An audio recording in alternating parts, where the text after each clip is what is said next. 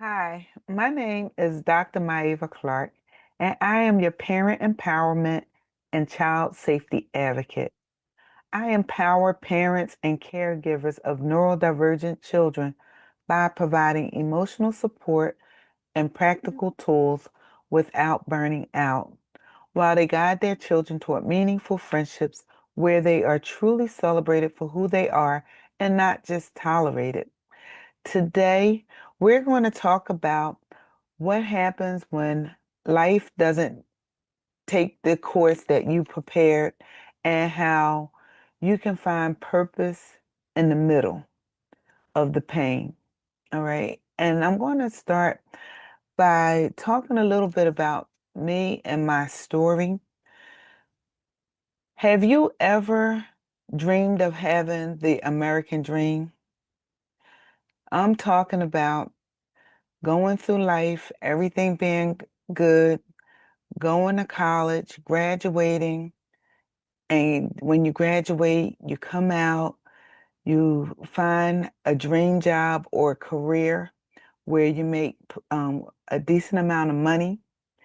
Then you get married, you find the house in the suburbs where it has this white picket fence. You then have children and they go through life the same way and you live happily ever after. Okay? I don't know if that was your dream, but that was mine. I don't know if you can relate to that exact dream, but did you have one? Well, I got some of that right. Some of those things happened for me. Yes, I didn't have any major issues growing up. I was sociable. I had friends. I was able to go to college. I graduated and met my college and met and married my college sweetheart. We bought the single home. We had the white picket fence, but that's when things shifted, things turned. Um, and what I mean by that, we had two children that didn't follow the path that I thought they would follow. And things changed. What do you do when things change? Again, I'm going to ask you, did you have a dream?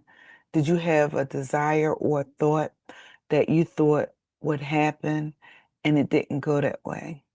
Sometimes life throws us curveballs and we have to pivot. Are you able to pivot easily?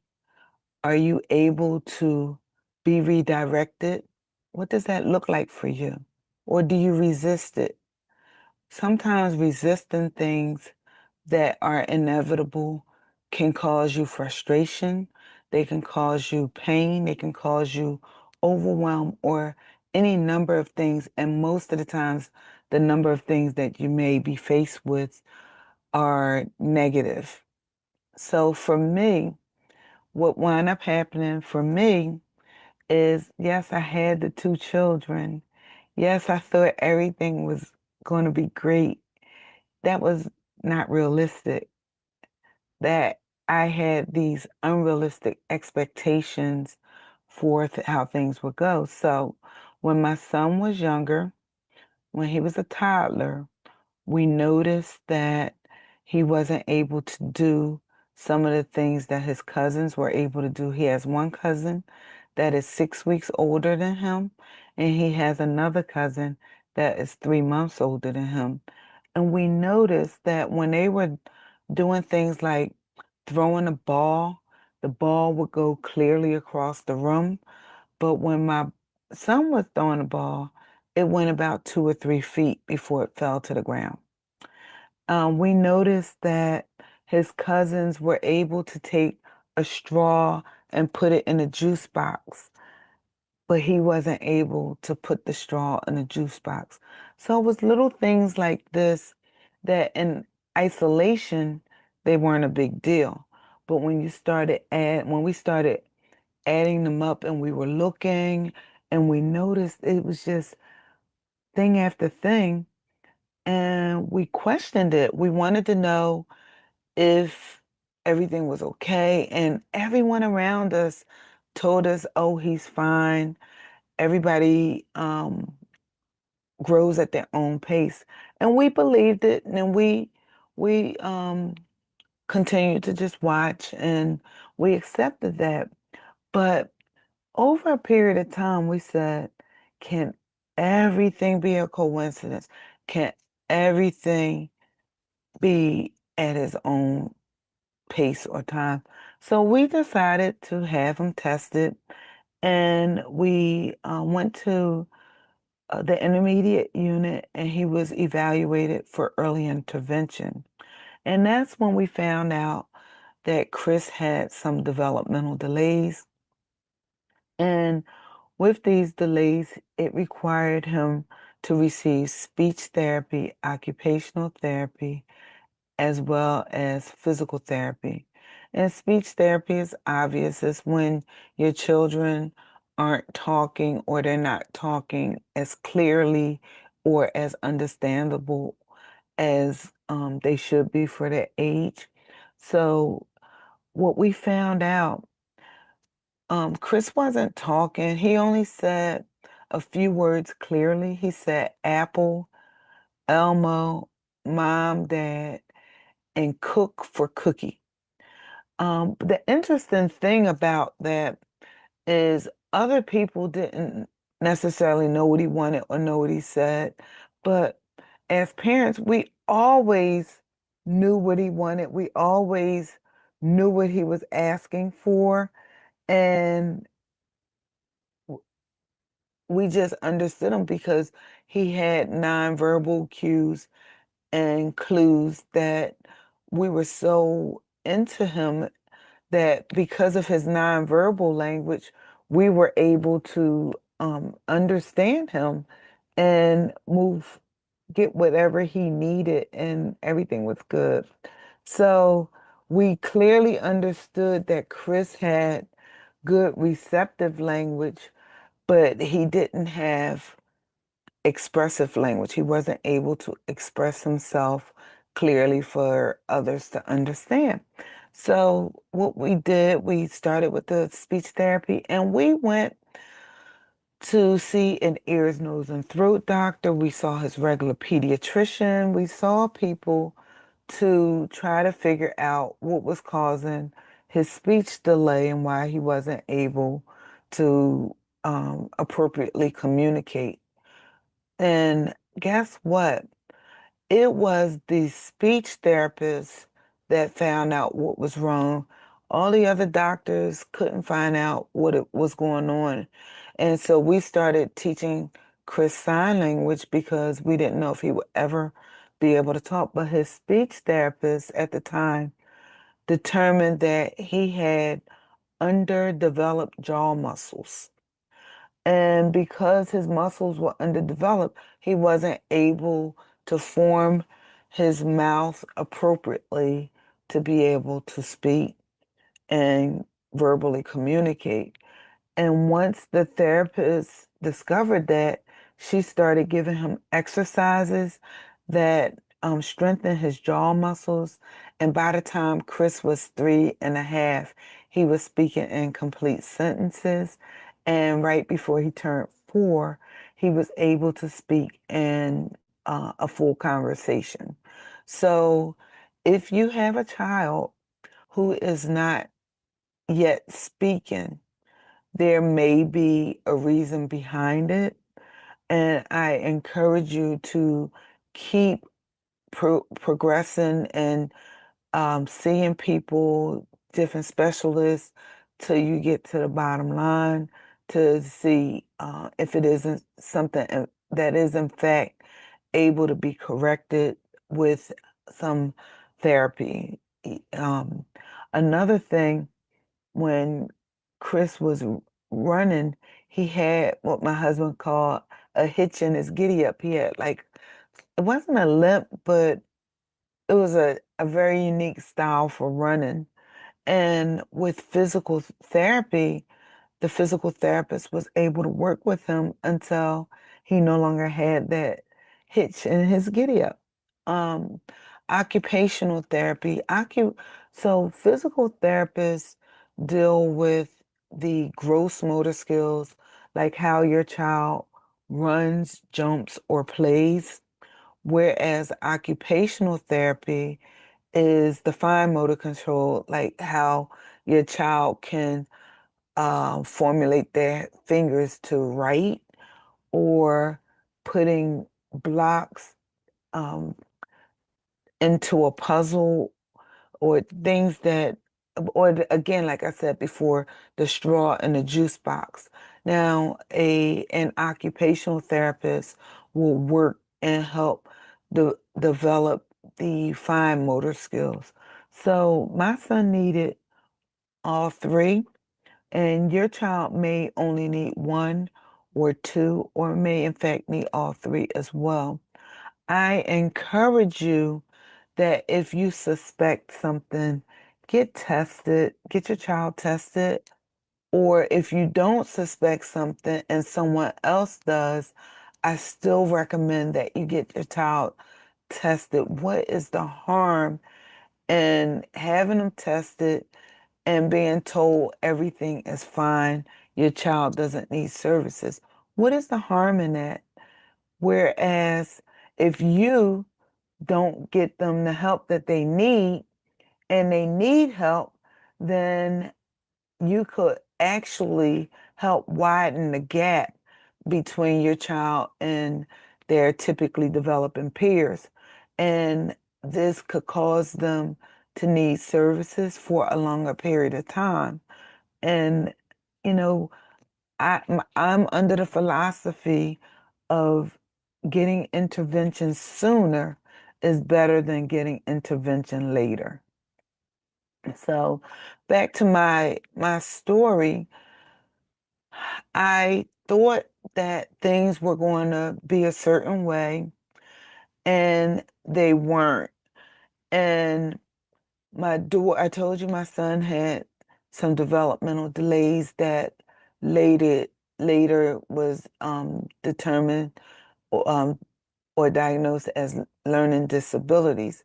Well, my daughter, academically, she was sound. She's really sharp. I told you Chris started talking around 3.5. Well, Kyra started talking in sentences at 11 months old.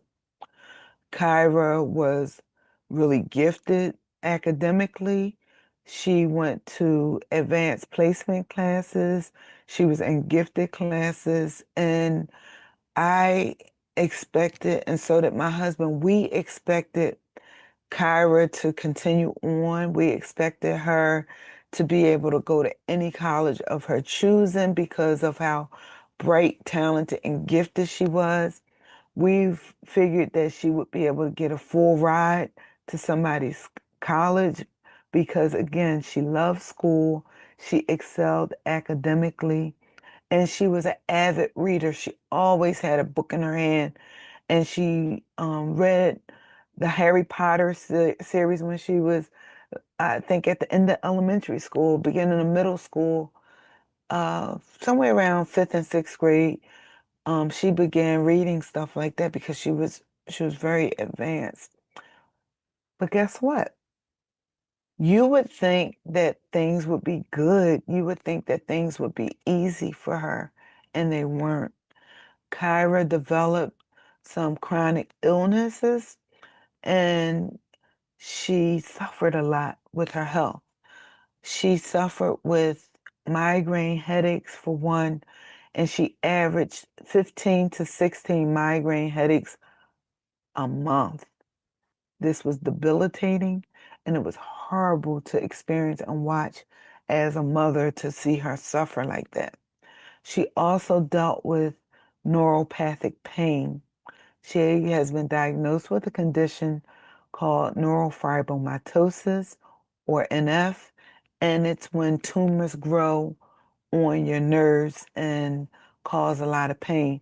From what I understand, it's comparable to what you hear people complain of with fibromyalgia. So, and I am this person of faith. I believe in God, I believe in Jesus Christ, and I prayed to God to heal my children. I thought that He would. I still believe that He will, but I thought that He would have done it in real time. I thought He would have done it then, because it was so difficult to watch them um, not go through life the way that I expected. And the thing that shifted for me was I had to face the hard truth that what I dreamed for my children and the expectations I had for them were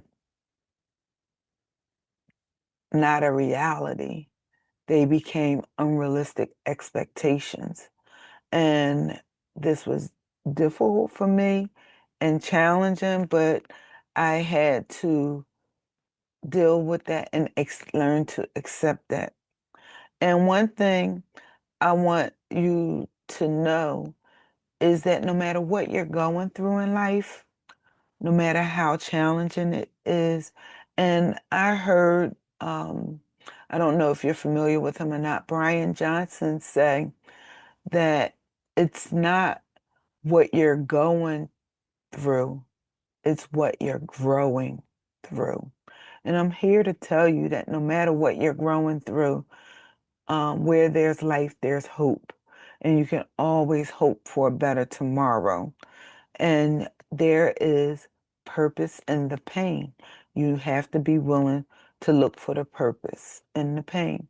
So, as a person of faith, again, I choose to look for the positives in every negative situation. I have to look for the positives because if I don't, the negative will consume me. So if you have 90% of the things in your life going negatively, and you have 10% of the things going in the direction that you want them to go, I encourage you to focus on the 10% and not the 90% because where your mind goes, your body flows, and what you focus on matters.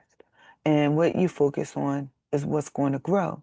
So if you focus on that 10% that is negative and that is not what your heart desires, I apologize. I said that backwards. If you focus on the 10%, which is positive and it's what you desire, that will eventually grow. That will become bigger than the 90. Eventually, that 10% will turn into 20%, which will turn into 30%, and then eventually it will grow bigger than the 90% negative that you were focused on. And this doesn't mean your circumstances will change necessarily. Your circumstances could stay the same in this moment, but because you're focusing on the positive, that's what your mind is feeding. You're feeding your mind, and that's what is going to grow in your mind. And that's why I say what you focus on matters, and what you focus on is what's going to grow. Another thing is gratitude. Gratitude makes things that are not easy easier. So when you practice and you live a life of gratitude and you become thankful, even in the negative situations, because you're focusing on the positive, it will help. When, in my experience, focusing on having gratitude again has made difficult things easier for me. And what it has taught me to do, it also has taught me to lean into the pain. So sometimes when you're dealing with some painful stuff and situations in your life, you want to avoid them. You want to run from them. You want to run and hide.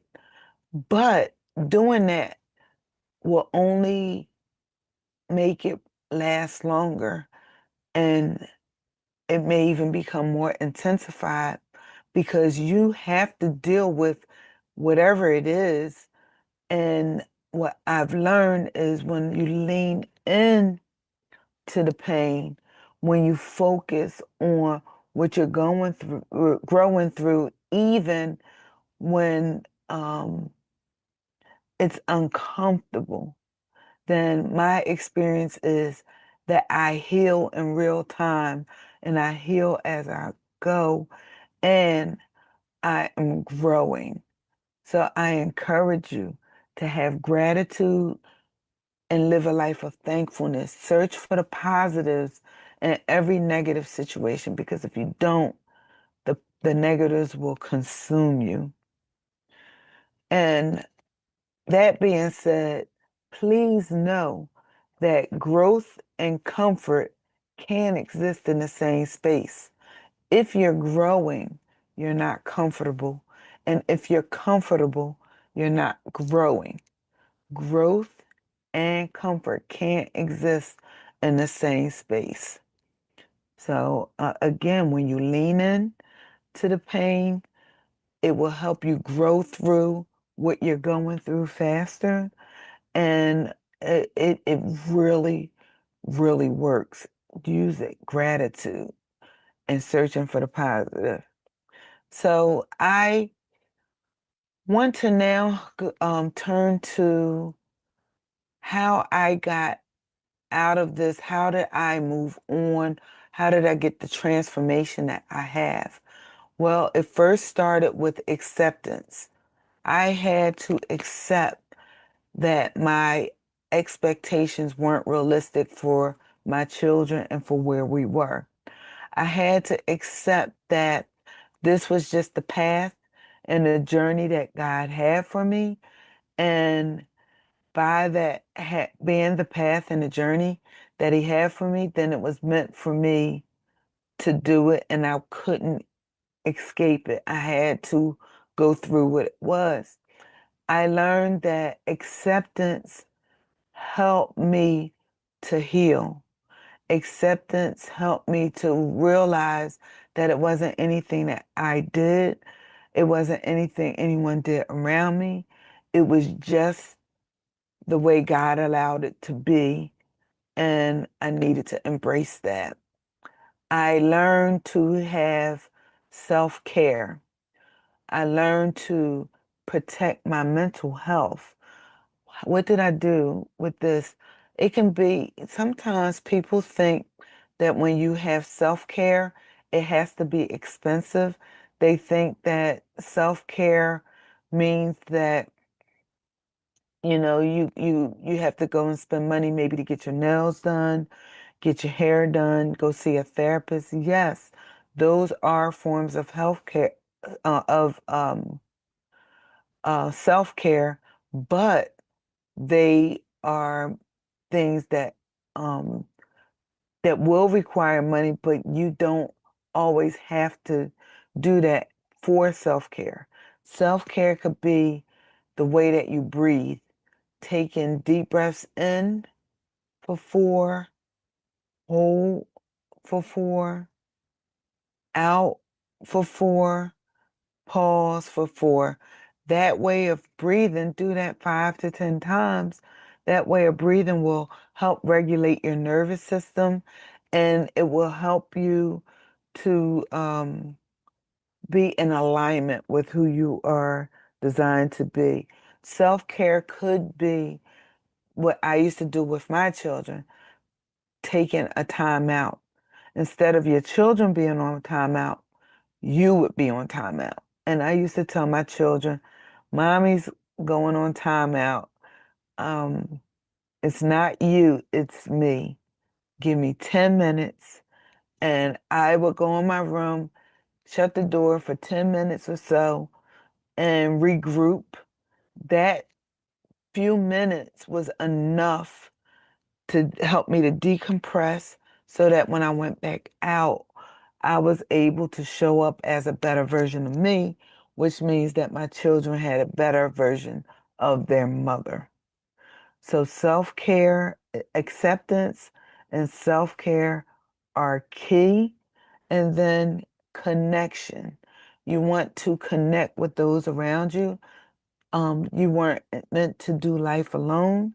I encourage you to investigate what you can do, or hopefully you have some friends or a support system that you can tap into, that you can express yourself and share. And if you don't, I highly recommend that you go to the gym, you work out and release the endorphins and release the tension and the stress. That's a form of self-care, and that will help you. So these are some things that will help you transform. If you need someone to do life with and to be there to support you, please join me in my MOAC Mothers of Exceptional Kids support group.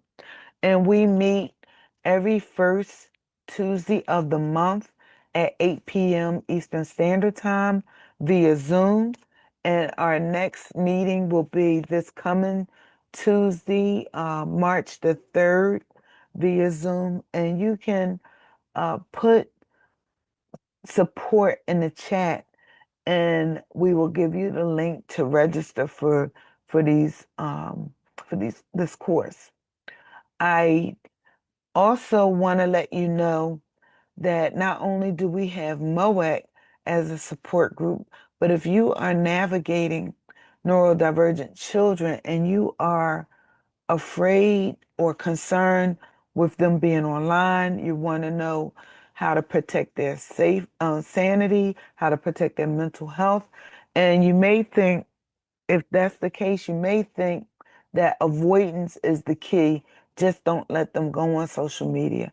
I disagree with that. I think social media is inevitable. And just because you don't let your child on social media doesn't mean they're not being exposed to social media, because they can have a friend's phone or tablet or something that they're watching, a cousin's. Like, different parents may not have the same values or concerns that you have, and they may think it's okay to let their child on, and maybe their child is mature enough to be on. I don't know. But there are things that we offer to help keep your children safe. And we are having an information session for Case and Connect, which is our online course that is designed to teach children about different types of bullying. So if you are interested in either the MOAC support group, or if you're interested in the support group, put MOAC in the comments, MOEK. And if you are interested in the Kason Connect, then join us for our webinar next Thursday, and you can get the tools. Again, you can get the tools to keep your children safe. And then on March the 10th, we will be having a webinar. Chris and Junior and I will have a webinar on what children are really facing online. So I hope this helped. I hope you know that if life threw you a curveball, you're not alone. You're not alone. If life threw you a curveball, put me in the chat and you'll see you're not alone. It has happened to us, probably all at one point in time or another. And yours may not have looked like mine, but yours will be unique to you. Well, thank you. I hope you got something out of it. And until the next time, so long. I'll see you later. Bye.